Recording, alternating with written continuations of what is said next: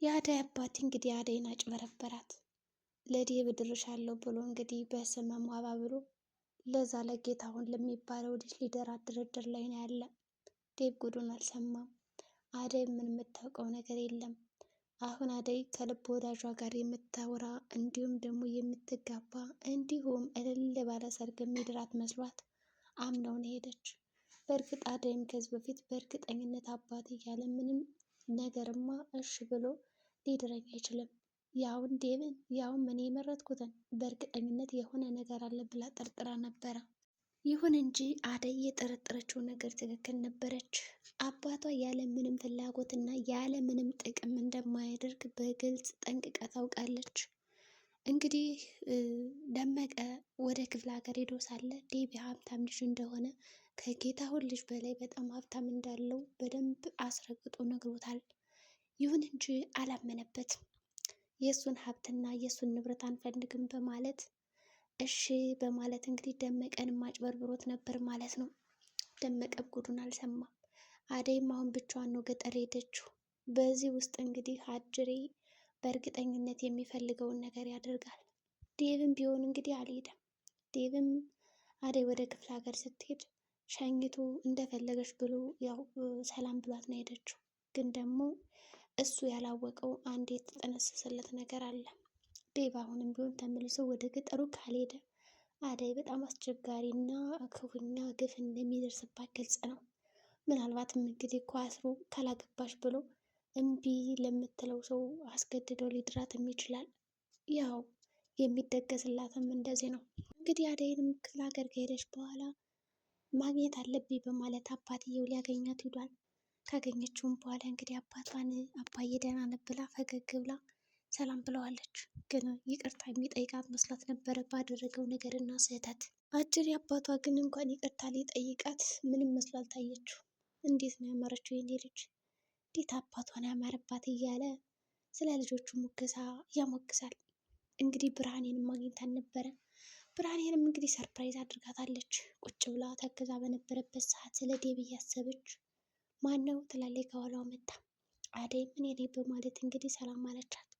ሰላምታን ከተቀበለች በኋላ ወደ አባዬ መሄድ አለብን ብላ እንግዲህ ወደ አባቷ ሄደች። ከሄደችም በኋላ ግን የሰማችው ነገር በጣም ከባድ ነበር። ብርሃኔ አደይን ቀና ብላ ለማየት አይኗን ፈርታና ፍራም ነበረ። ካፈረችም በኋላ እህቴ ቅርበኝ በማለት ነው እንግዲህ መልሱን ዝም ያለችው። ዴብን ልታገቢው ነው አይደል አለቻት። እሷም አዎ አለች። እሺ በቃ እንሂድ በማለት ወደ አባታቸው ተያይዘው ሄዱ። አደይ አጎቷ እንዳየችው በጣም ተደሰተች እና ሰላም አለችው። ሰላም ካለችው በኋላ አጎቷ ስለ ቁንጅና ሁሉ አደነቀ። እንግዲህ አባትም ቀበል አደረጉና ታዲያ እኔ አባትሽ የተከበርኩ እያለ ሽማግሌዎች እንዴት ነው የሚላኩት ከዛሽ ጎጆ ቤት እና ደሳሳ ቤት ይላታል። እናቷን ለማንቋሸሽ ሞከረ። አጎቷም ቢሆን ጣል ጣል ሊያደርጋት ሲል አደይ ቀበል አድርጋ አያጎቴ ስለ እናቴማ መጥፎ ነገር መናገር የለብን በእርግጠኝነት ዝም በል አለችው እና ዝም እንዲል አደረገችው። እንግዲህ የተጠነሰሰላትን አላወቀች። እሷ በደስታ ፍንድቅ ብላ ብትሄድም አባቷ ግን ደስታዋን ሊያደፈርሰው ነው የፈለገ። አጅሬም ከእናቴ ቤት ነው ሁሉም ነገር መሆን ያለበት። እኔ የዴቪን ቤተሰቦች ማዋረድም ሆነ መደበቅ አልፈልግም። ትክክለኛ ህይወቷን ነው መኖር ያለባት። እናቴማ እንደሆነች በዝማነቷን የምታውቅ ያለባት እንጂ በሌላ ነገር አይደለም ትለዋለች። አባት የኔ የተሻለ ቤት ነው የተከበረ ቤት ነው እኔ ከዛ ቢላት እምቢ አለች። ወዲያውኑ ለወንድሙ ይልቅ ሽማግሌውን ቀልጠፍ ቀልጠፍ እንዲያደርጉት ያው በዛ ከተማ ወጠጤና ዱርዬ ሰበብ ወደዚህ ተመልሳ ብትመጣም ግን እኔ ለሱ አልድራትም በማለት ሽማግሌውን ቀድሞ እነ የጌታውን ቤተሰቦች እንዲልኩ አድርጓል። አደይም ወደ እናቷ ተመለሰች። በሌላ በኩል እንግዲህ ባቡሬ ሁለት አማራጭ ቀርቦለታል። የእናትን ያሌል ሊምራት በማለት እንግዲህ በአብሮ አደግ ጓደኛው ምክንያት እናቱ ታግታ ትገኛለች። እንግዲህ የባቡሬ እናት ለልጇ ምን የምታውቀው ነገር የለም። ከሊሊ ጋርም እንዴት እንደተገናኙ አላወቀች እና ምንድነው ያገትከኝ ብላ ብትጠይቀው አጋቹን ምንም አይመለከትሽም በማለት ነገራት። ይሁን እንጂ በጸባይ ለመናገርና ለማስረዳት ሞክራለች። አጅሬ ግን ያ ልጆች ክዶኛል፣ ይህ አጋሽ ደግሞ በጣም ሴቶችን የሚጠላ ነው። እናትም ቆይ ከሴት ማህፀን ተፈጥረህና ሴት ሆነህ ሴት እናት አሳድጋ እንዴት ነው ሴትን የምጠላው? አሁን እኔ እናት አልሆንም በማለት በእናትነት አንጀቷና ምክሯ ልገዛው ብሞክርም እሱ ግን በጭራሽ ሊሆን አይችልም በማለት ነበር አሻፈረኝ አለው። በሌላ በኩል ሊሊም ከሰማች በኋላ እሷ መታገቷን ለዛ ሰው እየደውላ ይህን አይደል የምትፈልገው፣ ስለዚህ እሷን ልቅቃት በማለት ነግረዋለች። እሷን ለመውሰድ እየሞከረ ነው። በሌላ በኩል እንግዲህ ዴብና ቅምጥል ያኔ ቤዛን ወንድም ይዘውት እያስጨነቁትም ነበረ።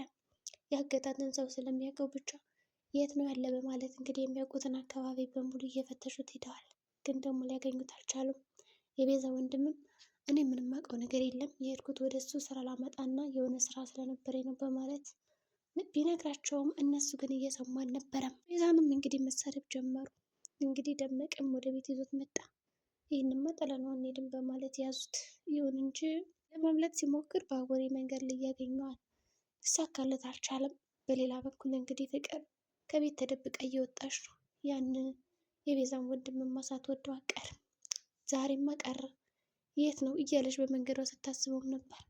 አሹም በመንገድ እየሄደ እያለ ተመለስ ብላ እንግዲህ ወደ ቤት እንዲመለስ እና ወደ ቤት እንዲመጣ አድርገዋለች።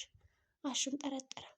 በእርግጠኝነት ያን ልጅ ልታገኘውን አይደል በማለት ከኋላ እየተከተላት ስላለ እንዲሁም ደግሞ እንዳነቃብኝ ብሎ ጥንቃቄ እያደረገ ሳለ ድንገት ከየት መጣ ሳይባል አቤ ክው አረገው መጥቶ ወዲያውኑ ፍቅርን መንገዷን ሳተችና ሄደች።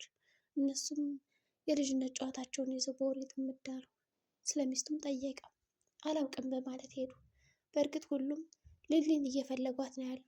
ሊሊ ከሐኪም ቤት እንግዲህ ልትመረመር ሄዳ ብቻዬን ሆናለሁ ወይም ደግሞ መሆን እፈልጋለሁ በማለት ሸውዳቸው የባቡሬን እናት ለመፈለግ ወጥታለች።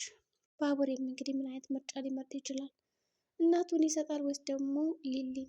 በእርግጥ ሁለታችሁም ለእኔ ትልቅ መስዋዕት ከፍላችኋል፣ ለእኔ ደግሞ በህይወት አስፈላጊ ናችሁ። እናንተን ማጣት አልፈልግም በማለትም ነግሯታል።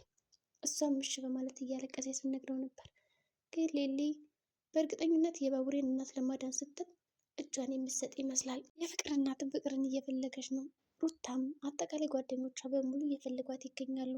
ወዴት ትሆናለች በማለት ዶክተሩ ራሱ ሳይቀር እንግዲህ እየፈለጋት ነው። ዶክተሩ በእርግጥ እጅሽን መስጠት የለብሽም፣ ከህመምሽ ላይ ሌላ ህመም መምጣት የለብሽም፣ ማገገም አለብሽ በማለት እንዲህ ሊመክሯታል። ሊሊ ግን እየሰማች አይደለም። እሺ ብላ ይባስ ዶክተሩንም ለመጭበርበር ሞክራ መንገዷን ቀጠለች። ዶክተርም ነይ ልሸኝሽ ቢላት እንቢ በማለት ነው ሄደችው። በሌላ በኩል የተለመደ የአሹና የሮማን የፍቅር ግንኙነት፣ ሮማን ሁሉን ነገር አውቃ ጸጥ ብለዋለች። ይህ ደግሞ ለአሹ ጭንቀት ሆኖበታል። እንቆቅልሽ ነው የሆነበት።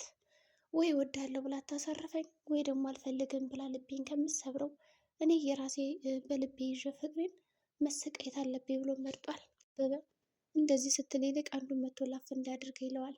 እንዲሁም ደግሞ አንተማ ምን አለብህ ተቀናቃኝ ያለብህ እያለ እንግዲህ ለማሾፍ ሞክሯል። አሁን ዴብ ምን አይነት ምርጫ ሊመጣ ይችላል? ተመልሰው ወደ ገጠር ይሄዳል ወይስ ደግሞ አይሄድም?